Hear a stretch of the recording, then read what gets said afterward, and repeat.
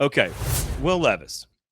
I want to spend some time on the show today. We'll talk Falcons at the end of the show, but really this is about how should you be watching Will Levis? There's going to be a lot of different ways to evaluate him, and we'll get to all of them. I want to know whether it's metrics, whether it's stats, whether it's data, whether it's eye tests, whether it's fundamentals, whether it's skill evaluation. I just want to know how are you watching and setting expectations for what you see against a very good Falcons rushing defense, by the way, that is coming to Nissan Stadium on Sunday. Yeah, I mean, that's the thing, right? Is that they're going to be selling out to stop the run. So what I'm particularly looking at is, can he get the ball out fast enough like he did in Kentucky, and less like what he did in the preseason? In Kentucky, he was out of the top 4 quarterbacks that got drafted, right?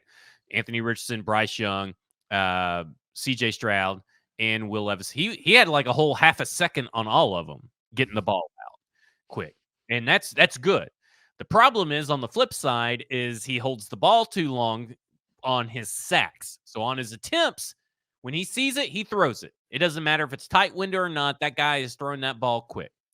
But on the sacks, he holds on to him. You cannot hold on to the ball. So the same stuff we got mad at Malik Willis for is what I'm looking for Will Levis not to do. I want Will Levis to use his legs, his athleticism, be smart when he does that, make a decisive decision on when he should bail out of a play. And I want him to make quick decisions and make NFL throws. I want him to lead the receiver. I want him dropping the bucket. I want to see that more often than not. It does not have to be 35 attempts and he makes 34 completions and 3 touchdowns at 350 yards. If he comes in and he's like, I don't know, one of those weird games where it's like he's like 18 for 21, 145 yards, but he has a rushing touchdown and another touchdown through the air. It's not sexy. That's why you shouldn't look at box score stats. But is he hurting the team? Is the team being held back by his talent? He practiced with the ones all last week during the bye week. He's practicing with the ones this week for all that we have heard about all this other ridiculous shit that doesn't even matter. He's practicing. He is the unquestioned starter, in my opinion, for the Falcons game. So what have they done during the bye week? What have they implemented into the playbook to help a young quarterback who has a tendency to turn the ball over, whether it's via interceptions, where it's fumbles? I do not care about anything other than getting the ball out and looking like an NFL quarterback. Like, I don't have to see 300 yards. That'd be great. I just need to see someone that can do something that Malik Willis could. Yeah. So I have them like in 3 buckets, and they sort of like, you have to fill the first bucket to get to the second bucket and the second bucket to get to the third bucket. The third bucket is like 7.9 yards per attempt, 68% completion percentage, win the game, more touchdowns than interceptions, quarterback rating over 90, whatever. Like those metrics of efficiency, that's the last thing that I'm going to look at. And if it gets to that point in week 1, Tennessee Titans have a great situation on their hands. So I'm not even like looking at the third bucket. The first bucket for me is what I'm going to call like do your job, which is, and I think he's actually going to make, here's a weird prediction. I think he's going to make a mistake early with a snap. And I think that it's going to, like, Twitter's going to go crazy. People in the stands are going to lose their mind. They're going to start calling for Malik Willis. But I think he's going to get over it quickly. And so that ain't going to help anything. No. But I think like for the people call for Malik Willis, I mean, yes, that guy fumbles all the time. Well, right. Well, exactly. I just think that there's going to be a cringe moment with a snap.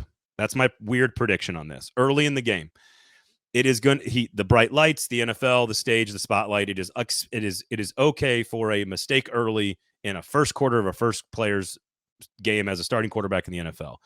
But after that, and the nerves calm down, I want to see him do his job, which to me is all the intangible game management stuff.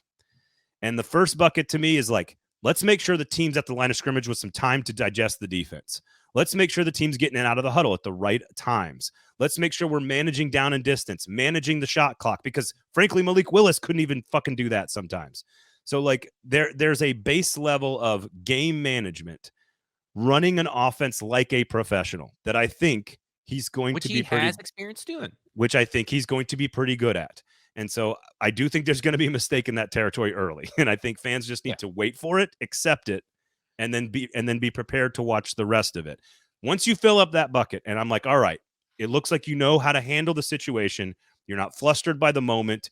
You understand how to get the team in and out of the huddle, get to the line, manage the checks, get your cover or get your protection right, get receivers in motion, get it all going. That's the first bucket. The second bucket is what you said, which is get the ball out of your hands. I want to see Tim Kelly's offense. I want to see him on the move. I want to see quick passes. I want to see short passes. I want to see screens. I want to see play action. I don't want to see a lot of 7-step dropbacks out of Will Levis. I want to make the reads easy. 1, 2, 3, bang. 1, 2, 3, bang. 1, 2, 3, bang, and get the football out of your hands. I don't actually care until you get to that third bucket about the actual accuracy, the actual efficiency numbers, the actual yards per attempt or any of that other stuff. Like that to me comes after showing that you can make the right decision. We'll worry about where the football goes after that. But if you're making the right decision, you are already leaps and bounds ahead of Malik Willis. Because Malik Willis couldn't do the first one. He couldn't really do the management of the game and control and be the maestro, right? Be the conductor. He couldn't do that. And then he couldn't operate within the confine of the offense, right? He couldn't do here's the read, first, second, third read, throw, first, second, third, throw. He couldn't do it. The final and the last thing I'll throw in there, which I actually think he could do, and I don't know if they'll get into a situation where we see it, and that is outside the confines of the offense in what is largely a 2-minute type of situation. What does he look like when he just has to be a football player? Like, you can go into a situation, you can game plan for your reads and your progressions and your looks. And sometimes that shit doesn't work. What do you do when it doesn't work? How do you handle that situation? I don't think Tannehill, for example, operates very well outside of the confines of the offense. Jordan Love, I've said this before in the show. My issue with Jordan Love, the dude breaks down as soon as the play breaks down. And it's only been 7 games, so it's early. But my complaint to my dad, who's like, oh, I think he looks pretty good. I'm like, the second the offense doesn't give him an open receiver, he doesn't know what to do. And that's the final bucket where I want to see Will Levis do some stuff outside of the confines of the offense. I know that was a lot, but I look at it as a progression. Like, well, that's the stuff to look at. I don't really care about your first some of the items in your first bucket. Like, I really don't care about passer rating, QBR, interceptions, as long as they're not like backbreaking, game-ending interceptions, and there's like 5 of them or something. But like, to me, five it's like would be an issue. Yeah, the box score stats don't really do it for me, but the efficiency stats do. The EPA, the yards per attempt, the average depth of target, what you do at play action, and all that kind of stuff. So I'm with you. I like the bucket. I like how you fill up the bucket before you can move on to the next bucket. That's the only bucket I would change. Everything else I think makes sense. And it all ties in together, like you said. The biggest thing is I want to see what the offensive game plan looks like with Will Levis, because it technically shouldn't change, but you should be able to add new wrinkles because of his athleticism. And this idea that Will Levis is a standard pocket passer, I mean, the people are like, well, we could use Malik Willis like Taysom Hill. Well, first off, the guy that's more like Taysom Hill is Will Levis, not because of the color of his skin, but because of his build, his athleticism, and what he's able to do. But you should be able to get more designed rollouts, passes, get him on the move, get him comfortable. And I know this offensive line has not been great, but you need to get Kyle Phillips more involved. You need to get your tight ends more involved. And it looks like you're going to be without Josh Wiley more than likely.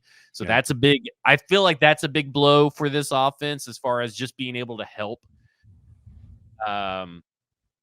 Will Levis. But you're going to get Treylon Burks back, which is a plus. You got Kyle Phillips healthy for another game. You got DeAndre Hopkins. You got Derrick Henry, Tajay Spears. You have 2 Hall of Famers. Yeah. Now your offensive line has had a couple of weeks to gel, right? Because the NPF got put in without real practice reps. He was probably either splitting reps or he was on the second team left tackle, whatever. Now he's back in and he's gotten reps for 2 weeks. It's not going to be perfect and he's not going to be freaking outstanding and probably pitch a shutout, but it should be a better offensive line than what Ryan Tannehill technically had for the Hopefully. first 5.5 weeks. It should. So Traylon Burks. Traylon Burks should be back. Burks is back. And like all this stuff is coming back. So how do you help your quarterback? And to me, this is Tim Kelly's big job is to design a game plan that keeps the defense honest and is beneficial to improving your quarterback and seeing what you got out of him against a pass defense that's not bad as far as yards allowed or anything, but it's not a vaunted pass rush. They don't have a one or even two. They have just a bunch of average pass rushers, right? Bunch Their of outside Vic Beasleys. linebackers are, yeah. I mean, essentially, that's what they are. It's Bud Dupree. Oh crap! I always get him and Leonard Floyd mixed up for whatever reason, but it's another guy over on the other side. I'm But drawing a either blank. way, Now all I'm thinking about is Leonard Floyd. that's what happens. But the outside linebackers that they have gotten no. I don't think any of them has 3 sacks yet. So like you're not having a vaunted pass rush, which all you got to worry about is avoiding AJ Terrell. Is it Terrell or Terrell? Either way, you just got to avoid him. Whatever Will Levis should do is not throw in that guy's direction. Throw anywhere else. Pretty Boy said this. If Levis looks decent, someone needs to ask for why he artificially had him buried on the depth chart. We've covered this question 3 or 4 times. We have covered this.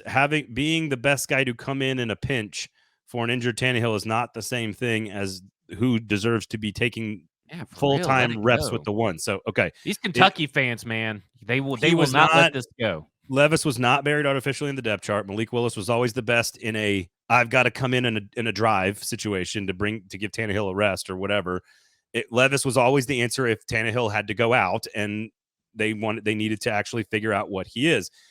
And again, I think here's the other thing most important. Here's another really important, because I think you're right to say the rest of it should be better around him. The offensive line should be improved. MPF at left tackle. Traylon Burks should be back.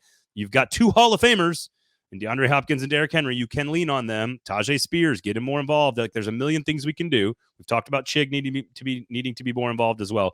I also think here's what's almost more important in evaluating Will Levis than just what you see on Sunday against the Falcons. What does he fix the next week? That is almost as important as what you see. You could see bad stuff. You're probably going to see some bad plays by a rookie quarterback. That's the nature of the game. The question is, does he continue to make those same mistakes as the weeks go along if he is the starter for more than 1 week? Does he take coaching and learn the mistakes? That is almost more important than what you actually see on Sunday. So we have to be, I think lowering expectations is fair, but I also think having an expectation of, do you give your team a chance to be in the game in the fourth quarter? And I think he can. And with the rest of the team and the opponent, you got the jerseys, you got the whole thing. Like, it's going to be emotional.